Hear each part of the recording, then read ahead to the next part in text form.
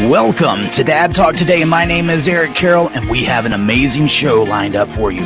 We are fighting for fathers all across the United States and all across the world where you can be glad to be dad. Stick around, guys. Dad Talk Today is about to begin.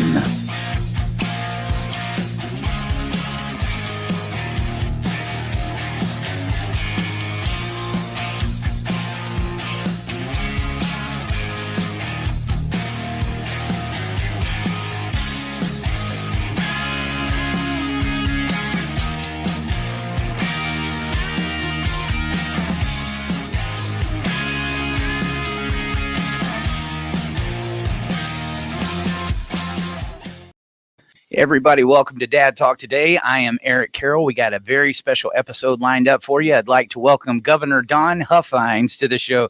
How did you like the sound of that? Yeah, I love that. It sounds great, Eric.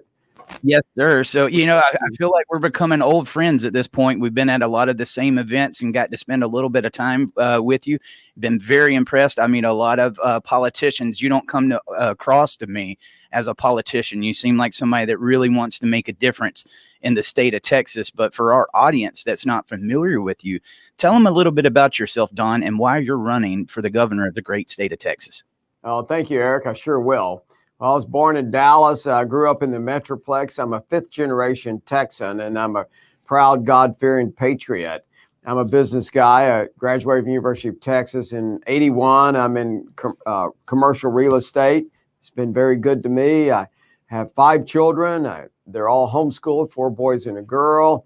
I was Scoutmaster. They're all Eagle Scouts, and they're all successful. And I'm a grandfather 3 times now, 3 new babies as a grandfather, and 1 more coming in September. And they were all, like I said, homeschooled. And my beautiful, perfect wife of 33 years, Mary Catherine. A lot of folks know her. She's on the campaign trail with me a lot. So that's kind of the history. I've always been active somewhat in politics. I decided to run in 14, knocked out the biggest rhino in Austin, and I lost in 18 to the Democrat in Dallas County. I was Texas Senate, representing the north half of Dallas County, Senate District 16. And I realized when I was there how duplicitous our Republican leadership is and how no leadership we have from the governor. And so I decided that I needed to step up and save Texas. And I'll go over the details on that. Yeah. I got you. We definitely need some help over there. But Don, tell us a little bit about what being a father means to you. Well, look, our society has feminized our manhood. It's made it cool not to be masculine. And it's helping destroy our culture. It really has. Mainstream media is making it so it's not cool to be a man anymore.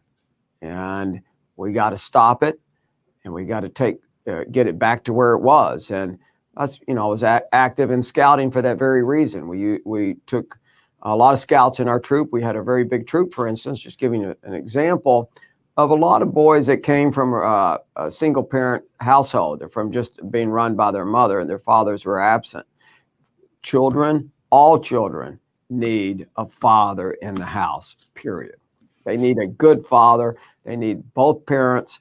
And that is the solution, I think, to a lot of our cultural problems. Oh, I'm with you. It seems the nuclear family has been a target for some time now. And the breakdown of that, we've seen a lot of the stuff that's going on in the state of Texas. We talk about the Jeff Younger case, what went down with the legislation with House Bill 803, which I'd like to get in a little bit with you here in a second. But let's talk about the Jeff Younger case. I can't believe this would go on anywhere in this country, but to hear that they're wanting to gender transition a child at 9 years old. What's your thoughts on that, Don?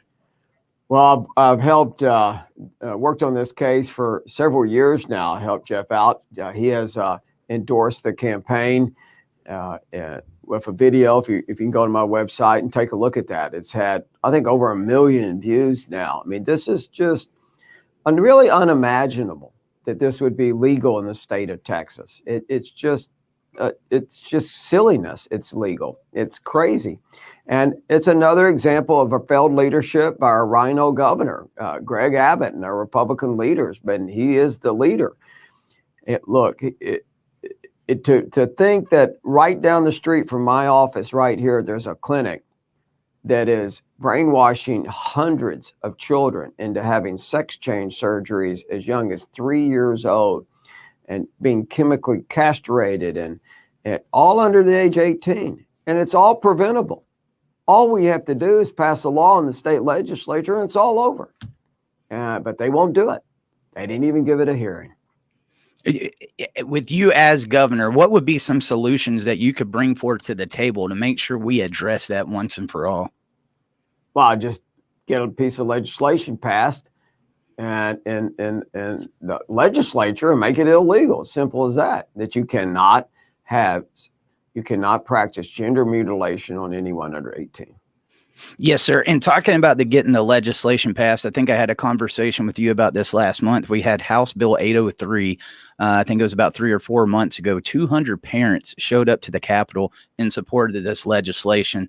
The only people that spoke out against it was 10 people that all belong to the lobby, the Texas Family Law Foundation. And 4 of the people sitting on the committee also belonged to that Family Law Foundation. And odd enough, Don, those 4 people, I think it was 5 that was on there, but those 4 that I'm specifically talking about right now are on that plane that went to DC to skip from voting on that legislation.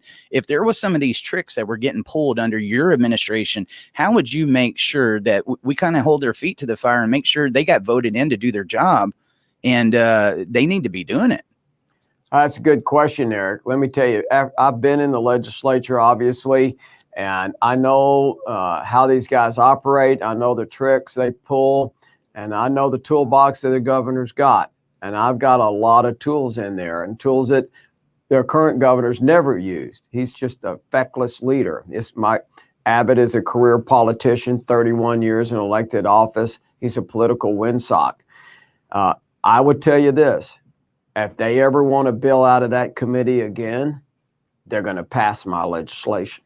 They forget that the governor has last call on every single piece of legislation that comes out of that building. And I also will have, and do have, of course, line item veto on the budget.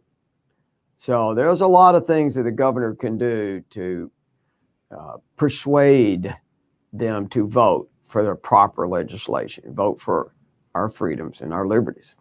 Yes, sir. And Don, so, you was talking about the importance of fathers and how families need fathers. Unfortunately, right now, divorce does happen, and we see what goes on inside of the family law courts. A lot of times, I think it's 83.5% of the time, dad's going to be without custody of their children. It's up to 91%. Really? In Texas. Wow. It is up to 91%.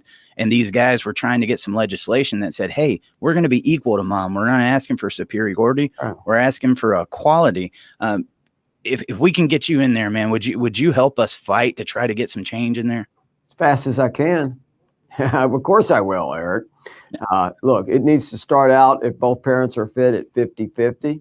And then then the family law judge can move on from there. But of course I would help. And that's what people wanted to hear, that you would support that shared parenting legislation. I can tell you guys, one of the greatest candidates that I've had the pleasure to talk to, Don, across this country. I truly do believe in you. Another thing that's coming through with that in family court is the false allegations. And we see that inside of politics, too. We saw what happened to Justice Brett Kavanaugh. And right now, if somebody makes an allegation, it could be a sexual allegation and a physical allegation, and they're proved that they were lying, there's no consequences. They're not even getting a tap on the hand.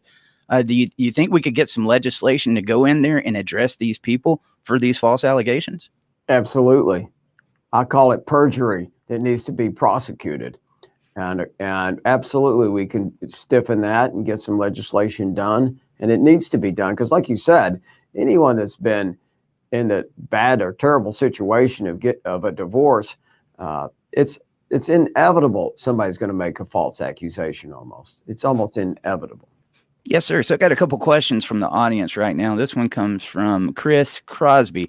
He said, "Is Don willing to meet with veteran fathers to talk about the crisis regarding coming home from war, cheating spouses divorce us, and then we are put on limited contact, but not just that. They give the exes more than that, control over my finances, my health, my employment, and more." Don, I know you're probably no stranger to what these veterans are going through. They're fighting wars overseas and coming back home and fighting wars even worse. Would you be willing to get in there and fight for the veterans on these issues? Absolutely, of course, of course. I mean, that's like I just said. I don't know how else to keep saying it. We've got to have equal treatment, and we got to make sure we have fathers in these children's lives. That's it, guys. Don, what's some other solutions that you could see in the state of Texas? It's not always just about legislation that comes with family court. We're talking about our economy. We see our gas just completely doubled, and there's so many other things that play into that. What are some other things that families could look forward to under the Huffines administration? Well, one of the main things I'm going to be focused on is phasing out property taxes entirely. It'll take about 10 years. This is an unjust tax. It's a bad tax. And I like to tell everyone, I know Texans are tired of renting their homes from the government, but just look out the window. Everything you see out the window, every piece of real estate is owned by the government. And I say, what does that really mean? Well, what it means is they've got a first lien on it. Every building, every ranch, every piece of land, every house, every commercial building, there's a tax on that is ahead of any first lien you have. And if you don't pay it, they're going to foreclose on it. So you never own anything in Texas or in the United States for that matter. You never own it. And 50% of that tax approximately, and about half approximately, is paid by businesses and half by residents. And let me tell you, this is a huge economic stimulus for the state of Texas. And I tell everybody just to close their eyes for 5 seconds and imagine not having to have that burden and what you could do with that money. And it's just off the charts because this is a huge economic stimulus, and it'll take a while. The good news is that I'm going to set it up so it's a constitutional amendment and that all Texans will get a chance to vote on the legislation. And we move some of the money that we need over into a sales tax. And we also limit state spending at about 2.5%. State revenues grow at 7%. We take that growth in revenues and we buy down property tax with it. Look, it's very achievable. This is very doable. That's what I want everyone to understand. This is a math problem. We can do it. The issue here is to have a governor that champions it. You're not getting to the 1-inch line unless you got a governor that's going to champion it. And that's really the case with every issue. We've got a failed administration. Republicans are smart, and they know that. Yes, sir. We got a question from Scooter Momper. He said, "What are your thoughts on judicial accountability for these judges that run crazy and never get held accountable?" Well, there's different programs out there to look at, maybe not electing them, having some of them appointed.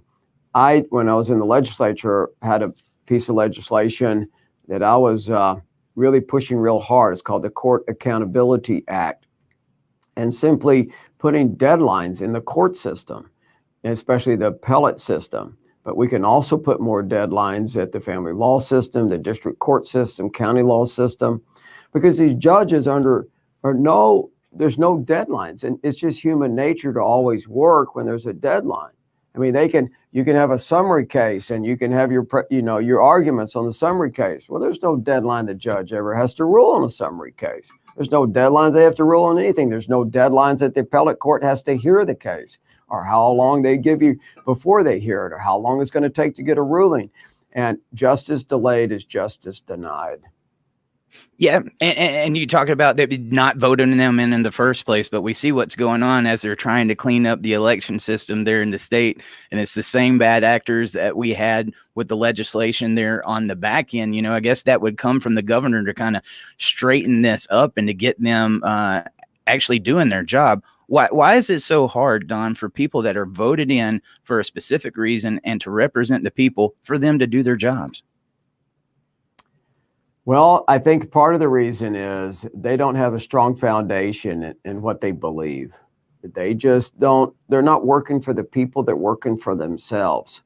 And they're career politicians, and this is the best job they've ever had. And they're not interested in doing and taking any kind of political risk or standing up with courage. And my campaign, for instance, Eric, is all about courage and courageous leadership. Leadership, no excuses. Well, you know what an excuse is? It's the skin of a lie. And so I'm not going to make any. I want to be accountable. I don't need the job. I'm only doing it because the job's not getting done. And whether it's the border, our court systems are being equitably treated and with fathers in the family law. We've got the worst family law judges. I think they're some of the worst judges in the state of Texas, honestly.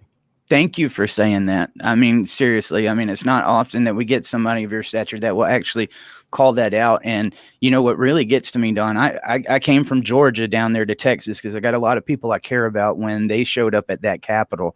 And it seems like the lobbyists have so much power. It seems like, you know, they had a voice over the people. Why is this happening in the state of Texas? Money. You know, it's like, I don't know if it's just Texas, but it's probably across the spectrum in the United States. I mean, we have 15,000 lobbyists in Austin. And, you know, our politicians are addicted to the money. And they're also addicted to leadership.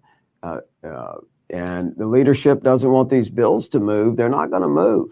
They're just not. That's what leadership's all about. Courageous Republican leadership. And it starts at the top with the governor's office. And I can tell you, these family court law judges, I can't express it enough how bad they are and how one-sided they are, how lazy they are. And we're going to fix it. You know, I'm not an attorney or anything, but I got to agree with you, Don. When I was down there, I got to interview one. I'll keep his name out of it, but I was asking him about some of the things that he had saw in court. He had told me he had never seen a case of parental alienation or some of the, you know, contentious stuff that we see. And I was like, this guy is just not being real with me right now. It's like, I can't even believe I would get this type of an answer. But one of the popular questions that's done hit the comments a few times. This one comes from Brandon Johnson. He said, how about cameras in the court? Would you be a proponent to try to get some cameras in the courtroom so we can see what's going on? Yes. I think it's just common sense. I mean, it's about that's it, guys. I mean, I don't know what else to tell you. You got somebody here that wants to fight. You know, speak to these guys, Don. I think a lot of times, even after this legislation, they get let down. They feel like nothing's ever going to happen, that they're told these things. And when people get in office, it's never going to happen. Could you speak to them and just give them a little bit of a promise and some words about what you're really planning on doing for these Texas families? Well, I can just tell you that I've got your back. Literally, I mean, we're going to change the system. This is very painful for everyone involved. There's nothing really more painful than losing your children, and whether the state's taking them away or your ex-wife's taking them away. I mean, what is worse than that? And then the judge is slamming you with court orders and like you taking your, you know, alimony, I mean, child support. It's just. It just seems like that the men are the whipping block for everything. Yes, sir. And, you know, you talked about trying to get the jobs and the money back right now. People might not see how that affect families. And it's not talked about enough. You know, when we met you at the Young Women's Leadership Summit, and we interviewed a lot of those girls and asked if they came from an intact family or a divorced family. Odd enough, most of the girls that came from a private school and had a middle-class family, they all came from an intact family. The ones that didn't were all divorced. That definitely plays into it. When money is at risk, somebody's always got to be at work. They don't have time to put into the family. But there's other things that play into that too. What are some other issues that we're facing, Don, that the people in the state of Texas need to know about? Well, we can certainly work on our divorce laws and making it more difficult, particularly when there's children involved. And a breakup of the family is, like I've been saying, it's just a very traumatic experience that it almost always has a lot of trauma on the children and that are involved in it. And we need to make it harder for these families to be separated. The family is the foundation of our education, like you're saying, the foundation of our spiritual beliefs. It's the foundation of our health, our ministry, our wealth. It's the family, traditional family is the core of who we are as Americans and Texans. And you know, you can make some correlations between the father in the home being the leader in the home and what you're running for in the state of Texas, the governor. He's going to be the leader. He's going to be the protector. He's going to try to get stuff in there. And we got to have these leaders in the home. And I'm preaching to the choir right here with Don. I mean, he absolutely gets it. One of the people asked, and I think you've already went over this, Don, so I'm not trying to be repetitive, but just so I give the audience a voice. Taryn Champagne said over 90% of non-custodial parents in Texas are fathers. The source was from the Office of the Attorney General. He just wanted to know your thoughts on that. Well, it's wrong. It's completely wrong.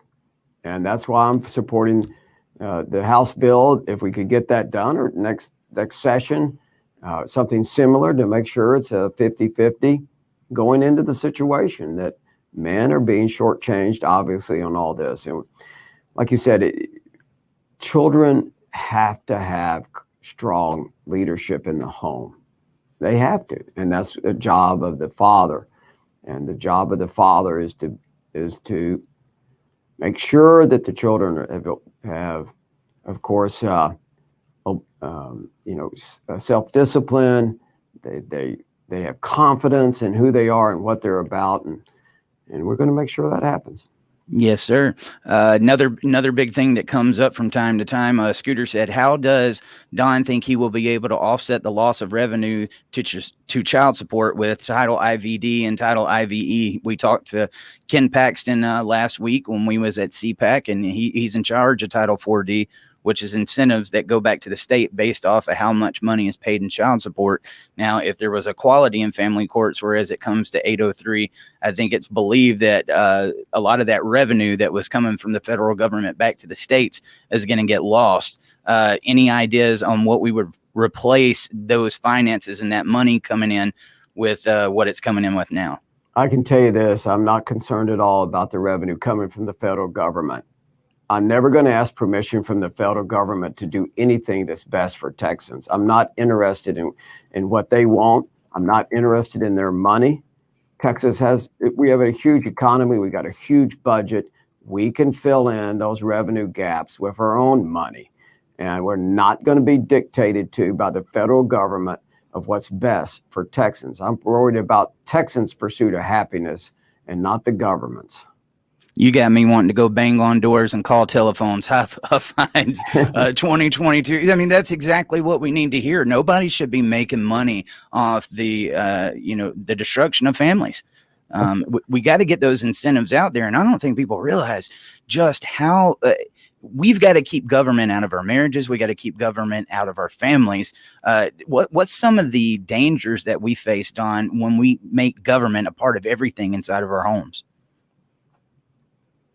Well, there's obviously a lot of things that can go wrong with government. I mean, look, I'm here to get government not only out of your home, but out of your life in general, and totally, whether it's economic liberty or personal liberty. And we've got the government dictating to us in almost every aspect of our life. And I'll tell you this, that I often say that our paradigm of the past and the present doesn't dictate our future. Our future, the greatest days are coming in a Huffines administration. When I say that, I really mean it. Our time is now. Our economic liberty, our personal liberty, we've got a lighthouse of liberty, and I'm going to blind the socialists from New York to San Francisco down to that great big swamp in Austin. We're going to blind them what it means to be sovereign. I'm going to show them Texas is a sovereign state and that we're not going to be dictated to by the federal government. Yeah. This question coming in from YouTube said, one of the things that really hurt House Bill 803 was family law attorneys denying it getting out of committee. This is a direct conflict of interest, which is against Texas law. How can you address this? Well, the committees, no bill can get to the floor to vote in either chamber without getting through the committee. and that's the rules that the two chambers have set up, and I don't see that changing. And it gives so it's really up to the leadership. Look, the state is run, and the federal government's run by 3 people, and the state's no different. It's run by the Speaker of the House, Lieutenant Governor, and the Governor. And that's why I'm running for governor, so we can really save Texas. But those committee chairmen are appointed by, like in the Senate, they're appointed by the Lieutenant Governor, and in the House, they're appointed by the Speaker. The committees are all assigned by those 2 people, who's going to be on those committees. So it's that's part of the process. The problem in the House is that the Speaker there's put like a third of the committees, and Democrats in charge of a third of the committees. And he stacked a lot of the committees with Democrats. So it makes it a lot more difficult. You know, Don, I know you got some more interviews coming up after this. So I got 2 more quick questions I'm going to throw at you. And I just want to say thank you for your time and for the fight that you're bringing for Texas right now. This one right here comes from Sarah Johnson. She said, what are his thoughts on the opposition being okay with working moms losing custody because they are not meeting the 1960s stay-at-home women concept? Well, I'm sorry. Did you say real quick again, Eric? I didn't catch all that. Wanted to know your thoughts on the opposition being okay with working moms losing custody because they're not in that traditional mindset, I guess, that the mom has to stay at home and not work. Well, I think all cases should be presented fairly and equitably, and everybody has their day to make their case. And like I said, we got to make it in a prompt manner, so the judges have to rule. Right. So, guys, I got to get Don out of here. He's got a meeting coming up, and I'm sure every time that we've wanted to talk to him, it's our second time interviewing. You've gave us your time. You gave us your ear. And now you're giving us your voice, and that's all we can ask for, man. I mean, you're hitting all the pillars. So I appreciate you so much, so much, Don. And I got to ask this last question from our audience on the way out. Sure. From Brandon Johnson. He said, what does Don need from us to help him get elected? Well, the main thing, of course, is your vote and all your friends' votes. Bring 10 people to the polls, of course. I know you've heard that, but there's 3 ways you can really fight for liberty: your time, your money, and your blood. And we're talking about time and money. So go to donhuffines.com, and you can press the endorse button or donation button, and you can also sign up to volunteer for our campaign. We'll soon be opening field offices around the state. And we are in this to win. I'm not in it to send a message. I'm not here to make a statement. I'm here to be the next governor of Texas. And I can tell you there's a huge groundswell of support. It really is. It's just every day I'm more and more amazed at how many people are tired of the leadership we've got and are ready for a change to save Texas. And I will remind your audience, Eric, this is probably the most important election in the country. I think it is the most important election in the country in 22, the primary for governor of Texas, because courage is everything. It's the catalyst for all virtues.